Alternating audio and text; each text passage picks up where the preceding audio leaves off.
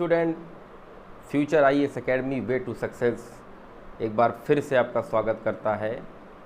एक नई ऊर्जा, एक नई संचार के साथ जो आपके शरीर में निरंतर प्रवाह जिसका बनता रहे, चलता रहे और आप अध्ययन की दिशा में आगे बढ़ते रहें और अपनी स्वर्णिम सफलता की तरफ आप पहुंच पाएँ और आपको आपकी मंजिल मिल पाए।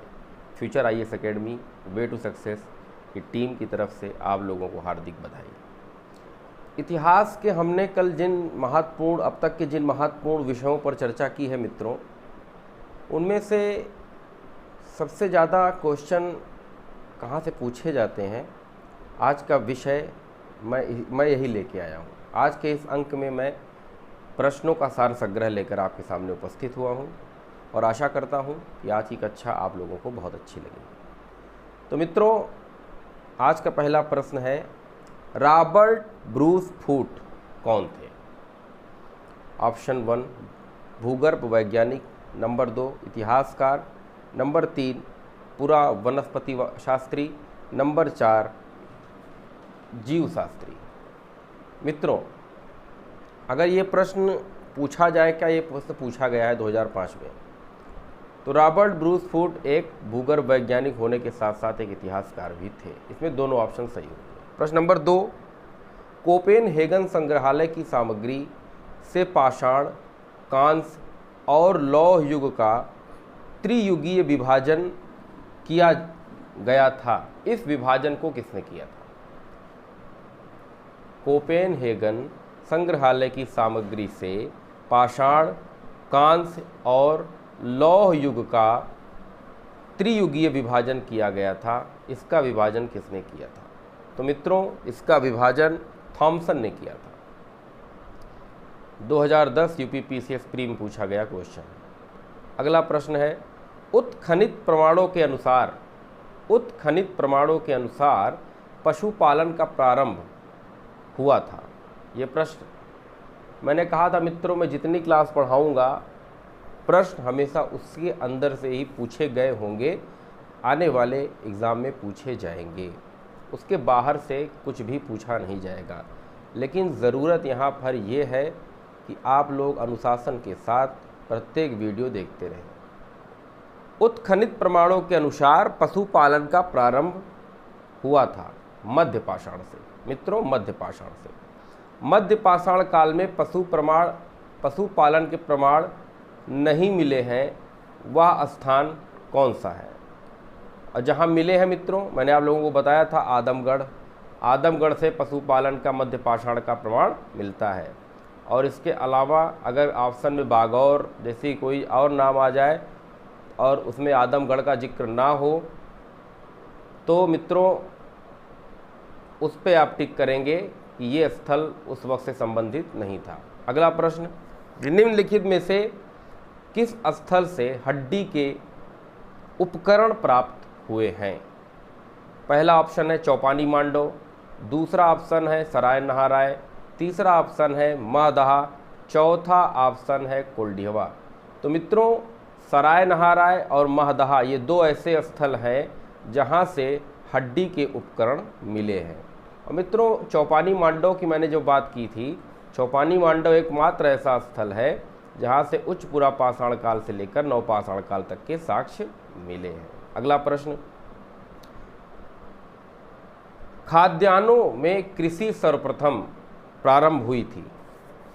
मित्रों, मैंने आपको बताया था कि कृषि का प्रारंभ नवपाषाण काल से होता है। ये मेरे वीडियो में आप लोगों ने पढ़ा भी होगा। तो कृषि का प्रारंभ और उसका विस्तार नवपाषाण काल से देखने को मिलता है। मित्रों, अगला प्रश्न है, भारत में मानव का सर्वप्रथम साक्ष्य कहाँ से मिला है? भारत में मानव का सर्वप्रथम साक्ष्य शिवालिक से मिला है, शिवालिक की पहाड़ियों से मिला है। अगला प्रश्न मित्रों, मानव द्वारा सर्वप्रथम प्रयुक्त किया गया अनाज कौन सा था? तो मानव द्वारा सर्वप्रथम प्रयुक्त किया गया अनाज जौ था। अगला प्रश्न, उस स्थल का नाम बताइए जहां से प्राचीनतम अस्थायी जीवन के प्रमाण मिले हैं। उस स्थल का नाम बताइए जहां से प्राचीनतम स्थल के प्रमाण मिले हैं? मेहरगढ़ मित्रों, मेहरगढ़। अगला प्रश्न, भारतीय उपमहाद्वीप में कृषि के प्राचीनतम साक्ष्य कहाँ से मिले हैं? तो भारतीय उपमहाद्वीप में लहुरा देव से कृषि के प्राचीनतम प्रमाण मिले हैं। अगला प्रश्न, भारतीय उपमहाद्वीप में कृषि के प्राचीनतम साक्ष्य कहाँ से मिले हैं? अगर ऑप्शन में मेहरगढ़ और लोहरा देव दोनों हो तो आप ऑप्शन मेहरगढ़ लगाइएगा। अगला प्रश्न, निम्नलिखित में से किसको चालकोलिथिक युग भी कहा जाता है? तो मित्रों, ताम्रपाषाण काल को चालकोलिथिक एज भी कहा जाता है। अगला प्रश्न, किस एक पुरा स्थल से पाषाण संस्कृति से लेके हड़प्पा सभ्यता तक के प्रमाण प्राप्त होते हैं? मेहरगढ़। मेहरगढ़ एक ऐसा स्थल है जहाँ से पाषाण काल से लेकर सिंधु सभ्यता तक के प्रमाण मिलते हैं। अगला प्रश्न, नौदा टोली एक स्थल है, यह किस राज्य में स्थित है? तो नौदा टोली जो स्थल है वो मध्य प्रदेश राज्य में स्थित है। अगला प्रश्न, बृहत पाषाण स्मारकों की पहचान की गई है? बृहत पाषाण उपकरण की पहचान की गई है या बृहत पाषाण स्मारकों की पहचान की गई है? मित्रों, बृहत पाषाण स्मारकों की जो यूज होता था उसको शव को ऊपर से ढकने में किया जाता था, तो मृतक को दफनाने के बाद ऊपर से जो कवर करते थे उसको बोलते थे बृहत पाषाण स्मारक। अगला प्रश्न, राख का टीला निम्नलिखित में से किन नवपाषाण कालीन स्थल से संबंधित है? ब्रुदिहाल, कोल्डिवा, बुर्जहोम या फिर संगनकल्लू? तो संगनकल्लू राख का टीला मैंने आपसे कहा था दक्षिण भारत में पशुओं, जहाँ पर पशु बांधे जाते थे उनके बाड़े से जो भी गंदगी निकलती थी या जो भी कूड़ा होता था उसको एक जगह पर रखकर जला देते थे, और जलाने के बाद जब उस टीले के उस राख से बड़े बड़े टीले बन जाते थे तो उस टीले को ऐश टीला कहा जाता था। दक्षिण भारत का कोई भी स्थल, संगनकल्लू, पयमपल्ली जैसे तमाम स्थल है जहाँ से ऐश के टीले प्राप्त हुए। अगला प्रश्न, भीमबेटका किसके लिए प्रसिद्ध है? ये बहुत ही चर्चित प्रश्न है मित्रों। IAS, PCS, SSC, railway, B Ed कहीं भी कभी भी किसी भी वन लाइनर एग्जाम में पूछा जा सकता है। भीमबेटका गुफा चित्र के लिए प्रसिद्ध है। अगला प्रश्न, भारत में किस शैलाश्रय के अधिक चित्र प्राप्त हुए हैं? तो भारत में भीमबेटका शैलाश्रय से अधिक चित्र प्राप्त हुए हैं। निम्नलिखित में से कौन सा स्थल प्रागैतिहासिक चित्रकला के लिए प्रसिद्ध है? तो प्रागैतिहासिक चित्रकला की बात आएगी तो भीमबेटका एकमात्र स्थल है जो प्रागैतिहासिक चित्रकला के लिए प्रसिद्ध है। और भीमबेटका की गुफाएं मित्रों स्थित कहाँ है? तो भीमबेटका की जो गुफा है वो मध्य प्रदेश के रायसेन जिले में अब्दुल्लागंज नामक स्थान पर स्थित है। अगला प्रश्न मित्रों, गैरिक मृदुभांड पात्र का नामकरण हुआ था? गैरिक मृदुभांड पात्र जिसको OCP कहते हैं, इसका नामकरण हुआ था हस्तिनापुर में।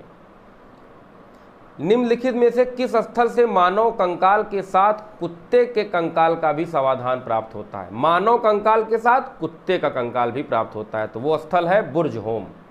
मानव बुर्जहोम मित्रों, आपको याद होगा कि बुर्जहोम और गुफकराल दो ऐसे स्थल हैं नवपाषाण काल के जहां पर मानव के गर्त आवास में रहने के साक्ष्य मिले हैं। अगला प्रश्न है, निम्नलिखित में से किस स्थान पर मानव के, ये बार बार रिपीट किया गया क्वेश्चन है, UP PCS pre, UP lower subordinate में पूछा गया प्रश्न है, उत्तराखंड PCS में पूछा गया प्रश्न है, मानव के साथ कुत्ते का शवाधान कहाँ से मिला है? तो बुर्जहोम। और गर्त आवास के साक्ष्य कहाँ से मिले हैं मित्रों? तो बुर्जहोम और गुफकराल दोनों जगह से गर्त आवास के साक्ष्य मिले हैं। भारतीय पुरातत्व सर्वेक्षण निम्नलिखित विभागों / मंत्रालयों में से किसका संलग्न कार्यालय है? तो पुरातत्व सर्वेक्षण कार्यालय हमेशा संस्कृति विभाग के सर्वेक्षण के अंतर्गत कार्य करता है।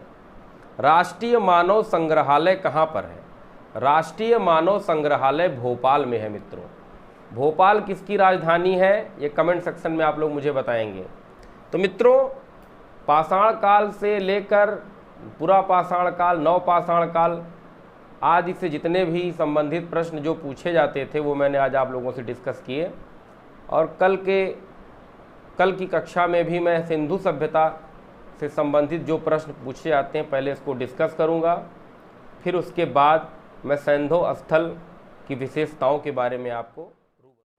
तो पढ़ाई आपने जो किया, मान लीजिए मैंने कोई चैप्टर पढ़ा, पढ़ने के बाद मैं गया टीवी देखने लगा, मोबाइल चलाने लगा, तो हमारी मेमोरी में जो पढ़ा लिखा हुई जो चीज़ें होती हैं उसकी जगह पर मोबाइल द्वारा देखी गई चीज़ें, बाहर जो बात करते हैं उनके द्वारा देखी गई चीज़ें उस चीज़ को ऑटोमेटिक डिलीट करके अपने स्थान पर पहुंच जाती हैं। तो पढ़ाई हुई चीज़ जो होती है वो शून्य हो जाती है।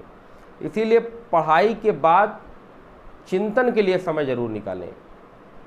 और आप लोग इस चैनल को, आप लोगों का जो प्यार मिला उसके लिए future IAS academy way to success की टीम आपकी बहुत बहुत दिल से बधाई करती है, हार्दिक अभिनंदन करती है। और ज़्यादा से ज़्यादा मित्रों इस चैनल को आप लाइक करिए, शेयर करिए, सब्सक्राइब करिए और ज़्यादा से ज़्यादा इसका फैलाव करिए। एक ट्रैप का निर्माण कर दीजिए मित्रों, जिससे ज़्यादा से ज़्यादा विद्यार्थियों तक मैं अपनी बातों को रख सकूं, पहुंच सकूं। और इस चैनल जो फ्री ऑफ कास्ट है, इसका लाभ भारत का प्रत्येक उच्च वर्ग, निम्न वर्ग, मध्यम वर्ग व ऐसा वर्ग जिस तक IAS PCS के पैसे, क्लास के पैसे नहीं है, वो इस चैनल से जुड़कर फ्री ऑफ कास्ट भारत के किसी भी कोने में रहे तो पढ़ सकता है। लेकिन ये मेरे अकेले की मुहिम नहीं है, ये आप सब लोगों की मुहिम है, आप सब लोगों का कर्तव्य है। इसी शब्द के साथ आज की ये क्लास मैं यहीं समाप्त कर रहा हूँ मित्रों। बहुत बहुत